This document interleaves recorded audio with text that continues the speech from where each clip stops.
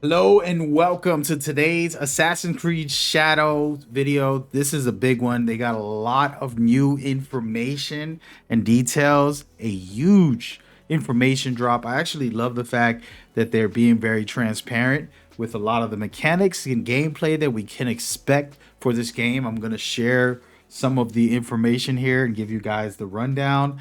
By the way, the channel does have giveaways for the holidays. I'm gonna do a $75 giveaway, basically a game of your choice, but we're gonna do the $75 sent to you. Just leave a comment and let's get this to 500 likes, and then we can do the giveaway for the holidays, saying thank you to the community. And now we're gonna dive into. You're watching the new footage. This is brand new footage of the Ubisoft, and there's things to explain in these mechanics, so I'm gonna replay them all and get into them one by one and discuss what you should be expecting and get into a lot of Assassin's Creed Shadows. I do believe this might be the greatest shadow. This might be the greatest Assassin's Creed game that we've had in a very long time. I think it's going to be the best we've probably had. From what I've seen so far and the excitement that I feel, it's possible from what they've been doing and the amount of details. I tell you, it's very very special. So for those that are new and probably haven't really got into Assassin's Creed Shadows, basically you're going to be playing in Japan.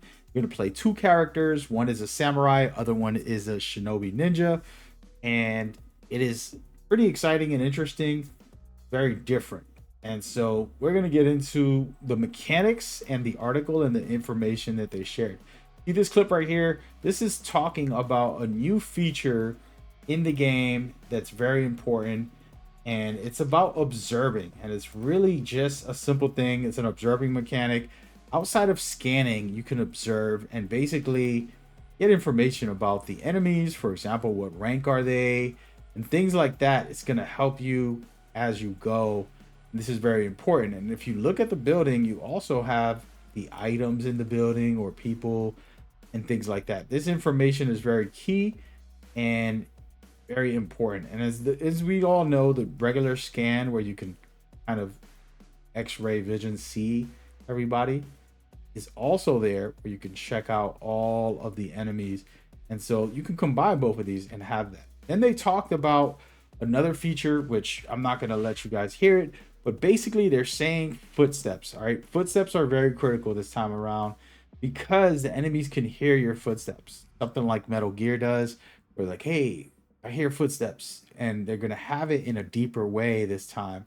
And to me, this is a critical thing because normally, you could kind of just run up on everybody at all times and kind of sneak around walking or running. If you play like some crazy aggressive ways, the way I do sometimes, it is not okay. But now they make it so that the floor will squeak, for example. Most likely, if you're in a puddle or noise, they're going to hear that and come after you. So this is a good feature.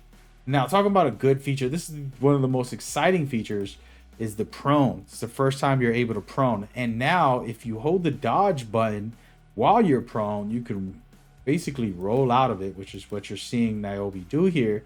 And then she slices his leg and then assassinates him. And that assassination is so fast.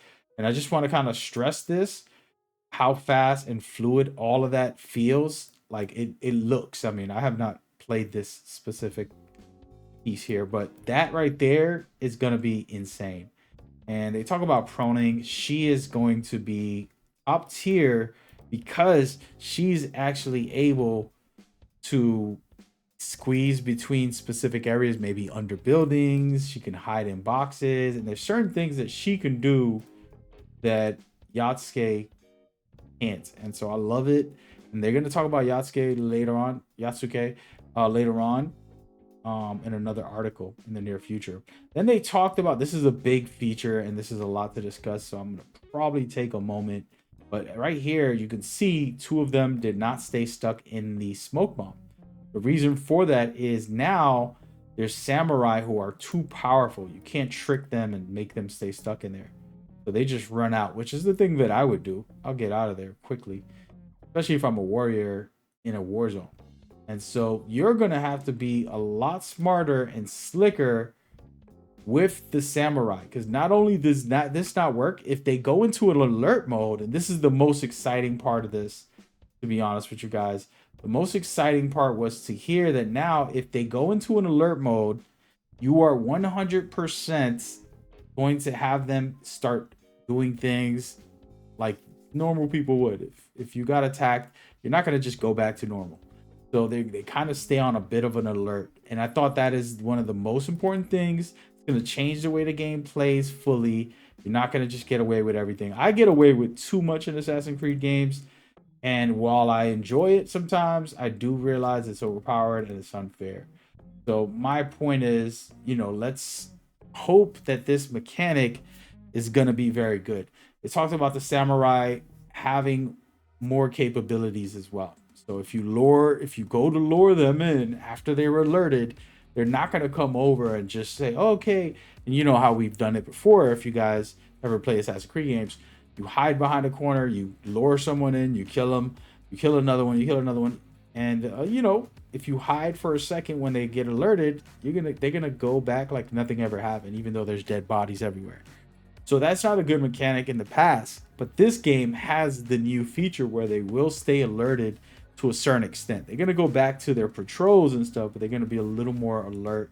They're not gonna fall for your trickery, whether you're trying to lure them in, whistling, or using something like a distraction.